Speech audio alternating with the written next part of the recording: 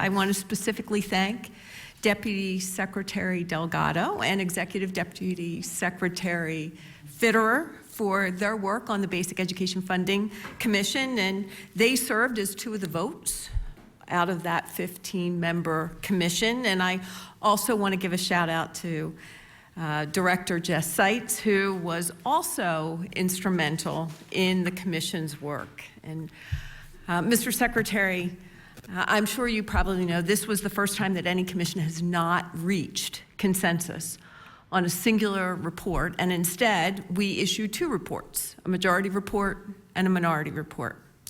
And I have to say, your staff attended these meetings on your behalf, but you never showed up to one commission hearing or even the final meeting, despite this being a priority for the administration.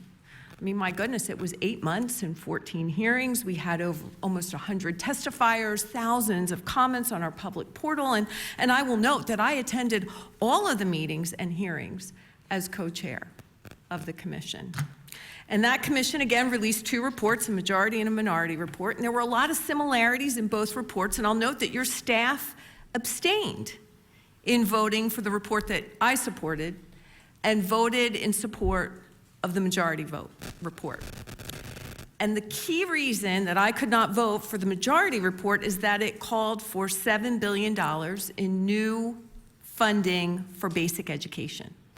I believe that it's irresponsible to recommend that level of funding, especially when the Independent Fiscal Office projects a structural deficit in this upcoming fiscal year. And I would also note that no commission report, basic education, special education, or other commissions has ever suggested a dollar amount in funding, as that process is left to the legislature and the governor through the budget and appropriations process, not through the Basic Education Funding Commission.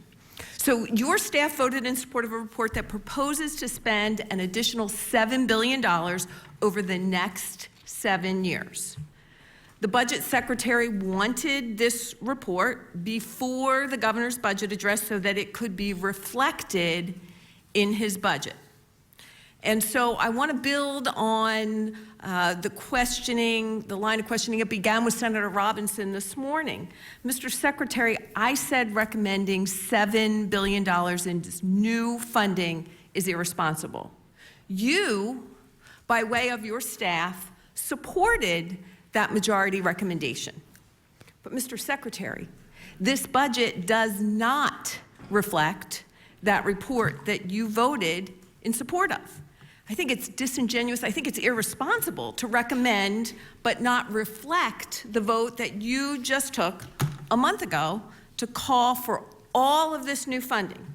And there are a lot of advocates here today in this room who supported that majority report. I argued that it should be left up to the annual budget and appropriations process to determine that, which is why we issued our own report, which your staff did not support.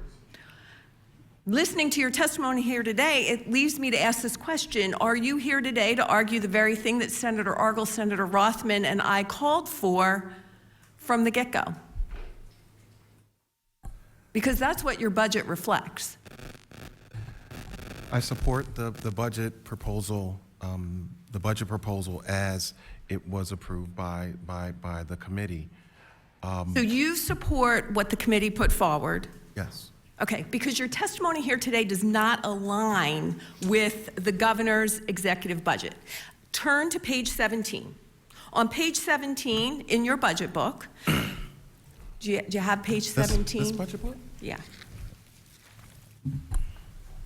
You state that under basic education funding for fiscal year 2024 to 2025, a $200 million initiative to continue sustained investment in school district basic education programs, which is what the majority Basic Education Funding Commission report suggested.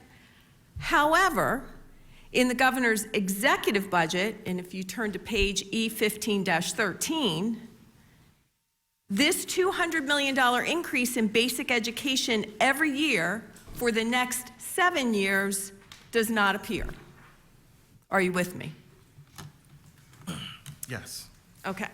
So, I mean, it really begs the question, if the intent in the budget proposal is for adequacy equity funds to be provided over 7 years, as was proposed in the Basic Education Funding Commission report, why is this ongoing investment not included in Governor Shapiro's budget projections for future years?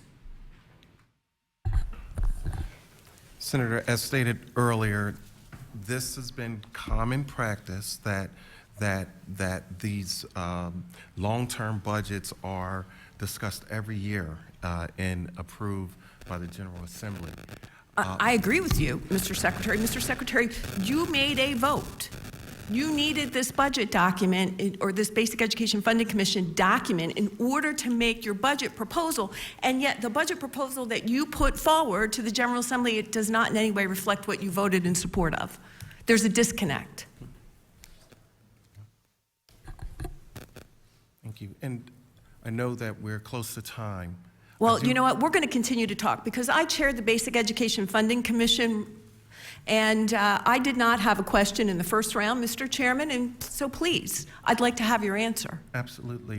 What I was saying is that I am going to begin where I wanted to start, by thanking you for your work on the BEFC. Well, I appreciate that. If you could get to your answer, I'd really appreciate that even more. You challenged my attendance in the meeting, and I wanted to make sure that I responded to that.